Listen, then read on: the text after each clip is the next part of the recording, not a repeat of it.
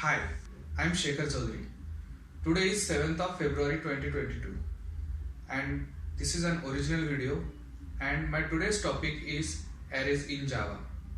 So before starting arrays, we all know that we in Java there are some topics which are very useful for developing the programs. So array is one of it. So let's start this session. So first of all, we know about we want to know about Java arrays. So what is the definition of array? So let's see. It is an object. Okay, so it is an object which contains the similar data types and they are stored in a contiguous memory location, so which we called as an array. Okay, so it is an index based. Okay, and the first element is stored at the 0th index and the second element of array is stored on the first index of an array, and so on. Okay, this is an example. Okay, so how can we declare? Suppose we have an array length is having 8 number of arrays in a elements.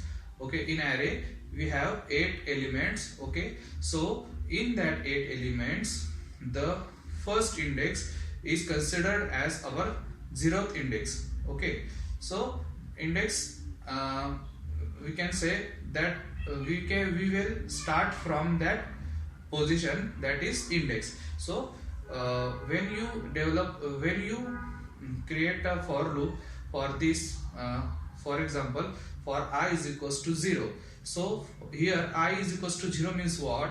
The ith value will be starting from 0 index. Okay, so from 0 index there is a value which will be stored in the length or in the size of that array.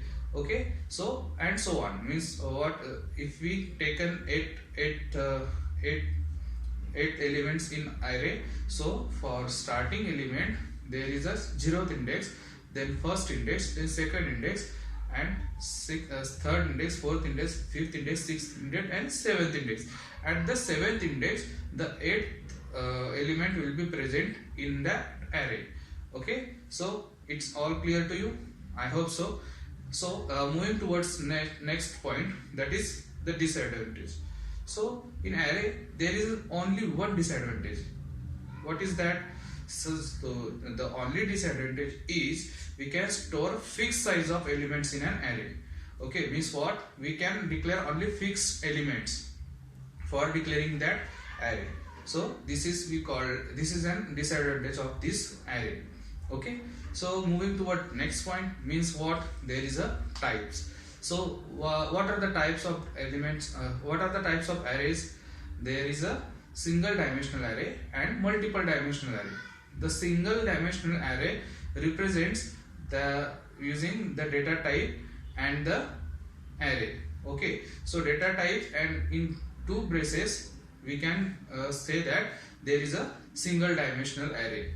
There is a syntax which I told you. Okay, so in a multi-dimensional array there are 2D and 3D, means 2-dimensional array and 3-dimensional array were present.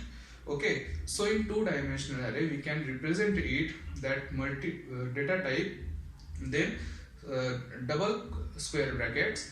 Okay, so it can be presented as double brackets. Okay, and then 3-dimensional array will represent at 3-dimensional, means 3 brackets were present in that 3-dimensional array. Okay, it is in matrix form, that is in rows and columns form. Okay, so we can use these types of arrays for okay, so there is also for each loop we can use in that arrays. Okay, so in that for each loop,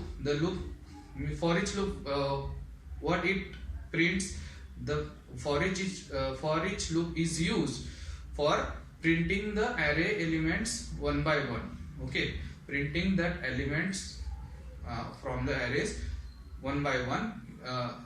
In that purpose we can use for each loop. Okay, I hope so you can understand all the concepts I told earlier. And the next and last topic which I want to tell you, that the array anonymous array in Java. So what is mean by anonymous? Means the array supports the features of anonymous array. So we don't need to declare the array while passing on the array to the method. Means when we apply this when we apply the method, at that time we can't declare the array while passing the method. Okay, so this is called as the anonymous array. Okay, so that's all for now, and we will continue our arrays. So we will continue our next sessions in next videos. Okay, thank you for listening and thanks for watching. Thank you so much.